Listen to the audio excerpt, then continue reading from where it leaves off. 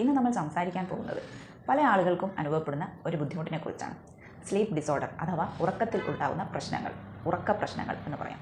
രാത്രിയിൽ ഉറങ്ങാൻ കിടന്നിട്ടും ഉറക്കം കിട്ടാതെ ഒരുപാട് സമയം കിടക്കേണ്ടി വരിക, ഉറങ്ങി എഴുന്നേറ്റ് കഴിഞ്ഞാലും ഉറക്കം തികയാതെ ക്ഷീണം മാറാതെ ഇരിക്കുക, ഉറക്കം ഒട്ടും കിട്ടാതെ ഇരിക്കുക തുടങ്ങിയവയെല്ലാം സാധാരണ ലക്ഷണങ്ങളാണ്.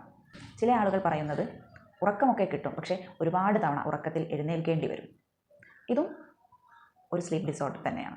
എന്തൊക്കെയാവാം കാരണങ്ങൾ? സ്ട്രെസ്സ്, ഉത്കണ്ഠ, ഡിപ്രഷൻ, മൊബൈൽ ഫോണിൻ്റെ അമിതമായ ഉപയോഗം, ഉറങ്ങുന്നതിനുള്ള ഇറഗുലറായിട്ടുള്ള സമയക്രമീകരണം, ആരോഗ്യ പ്രശ്നങ്ങൾ, അമിതമായ ചായയുടെയും കാപ്പിയുടെയും ഉപയോഗം, രാത്രിയിലെ ലേറ്റായിട്ടുള്ള ഭക്ഷണ ക്രമീകരണം, ഇവയെല്ലാം ഉറക്കത്തെ ബാധിക്കും.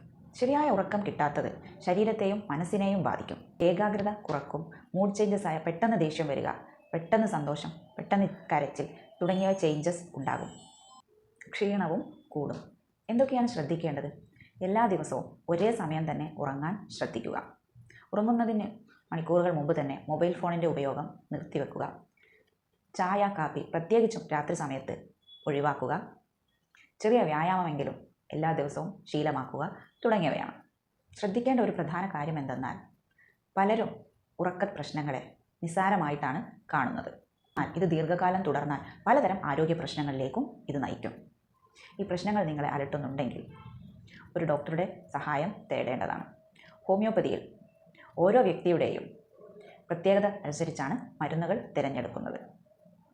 വളരെ ഫലപ്രദമായ മരുന്നുകൾ ഉറക്ക പ്രശ്നങ്ങൾക്ക് ഹോമിയോപ്പതിയിൽ ലഭ്യമാണ്.